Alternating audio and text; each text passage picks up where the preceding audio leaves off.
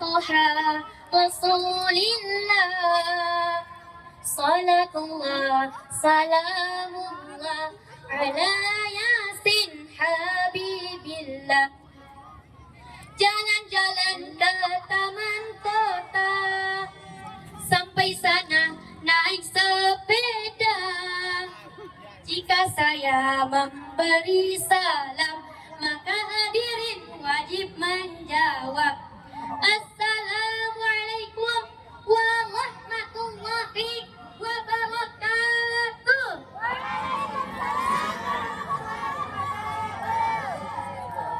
Hadirin, hadirat, alhamdulillah, alhamdulillahilladzi hadana li hada wa ma kunna linahtadiya laula an hadana Allah.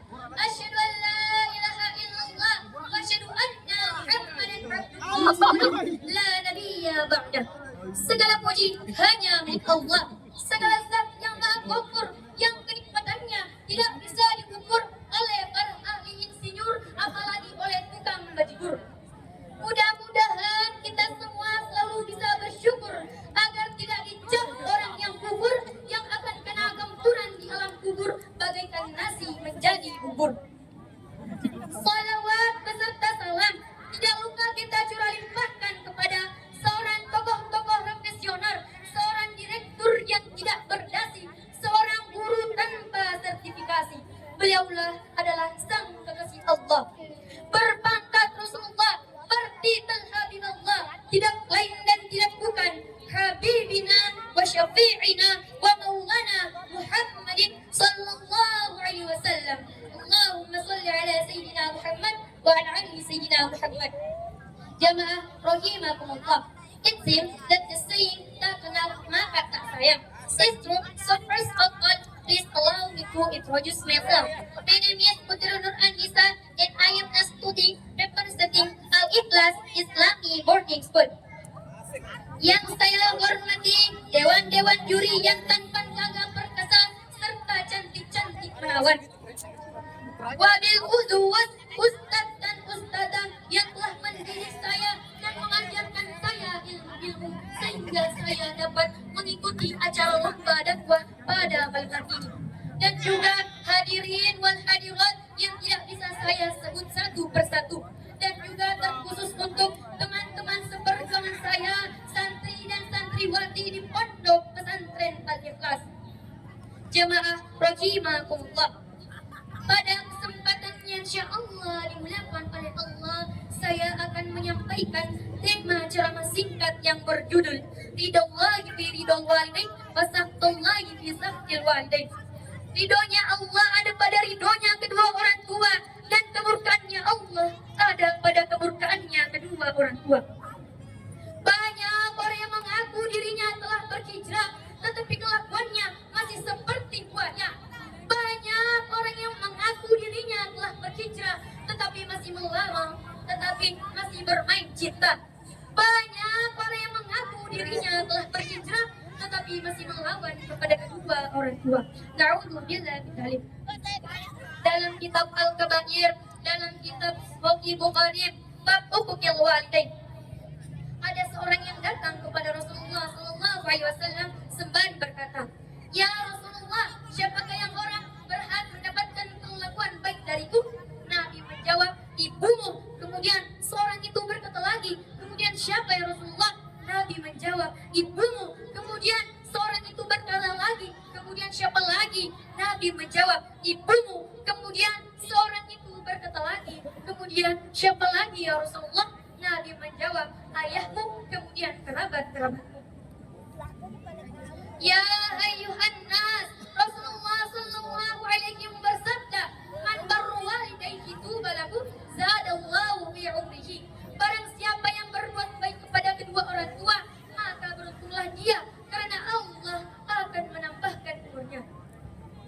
Allah Subhanahu wa taala juga berfirman dalam Al-Qur'an, Quran surah Al-Isra ayat 23. A'udzu billahi minasy syaithanir rajim. Wa qadha rabbuka alla ta'budu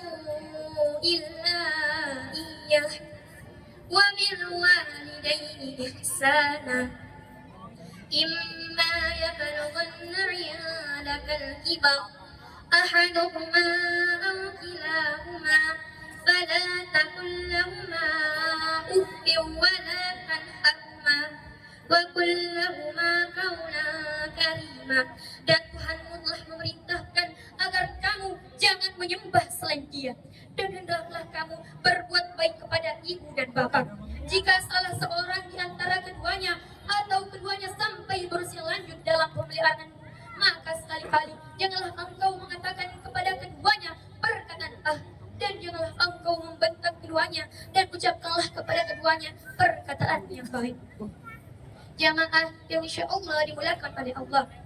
Ada suatu kisah tentang seorang tabi'in yang bernama Uwais Al-Qarni yang menggendong ibunya pergi berhaji. Jadi Uwais Al-Qarni adalah seorang pemuda miskin dari Yaman sana yang hidup bersama sang ibu yang sudah tua, lumpuh dan buta. Suatu ketika sang ibu menyampaikan permintaan terakhirnya kepada sang anak sembari berkata, "Wahai anakku, ibu sudah tidak lama lagi akan bersamamu. Aku ingin sekali agar berkunjung ke Baitullah." Mendengar permintaan sang ibu membuat Uwais tergoncang hatinya, karena ia sadar ia tidak mempunyai kendaraan, harta maupun kekuatan untuk menempuh perjalanan yang jauh. Namun karena cintanya kepada sang ibu membuatnya bertekad untuk mencari cara. Tanpa semua orang ketahui, ia membeli seekor anak lembu dan membangun kandang di atas bukit. Setiap harinya ia menggendong anak lembu tersebut naik turun bukit. Warga, orang-orang menganggapnya gila. Tidak ada yang memahami bahwa ia sedang berjuang melatih tubuhnya agar menjadi kuat untuk menggendong sang ibu untuk pergi berhaji. Selama 8 bulan ia terus melakukan latihan ini hingga akhirnya tubuhnya pun menjadi kuat untuk menempuh perjalanan yang jauh. Musim haji pun telah tiba.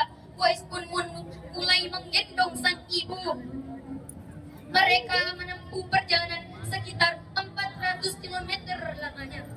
Bayangkan bapak-bapak, ibu-ibu, mereka bagaimana jikalau kita yang menggendong ibu kita sambil berjalan kaki? Saya rasa semua saja kita tidak mampu.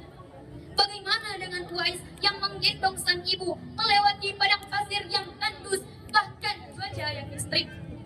Setibanya mereka di depan Ka'bah, Uwais pun berdoa kepada Allah Subhanahu wa Ta'ala.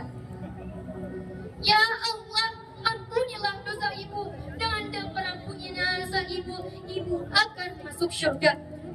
Cukuplah rindu dari ibu yang akan membawaku ke surga. Jadi sebagai kesimpulan dari cerita Uwais Al-Qarni, kita bisa memetik bahwa berbakti kepada kedua orang tua dapat membawa berkah dan karunia dari Allah Subhanahu wa Ta'ala.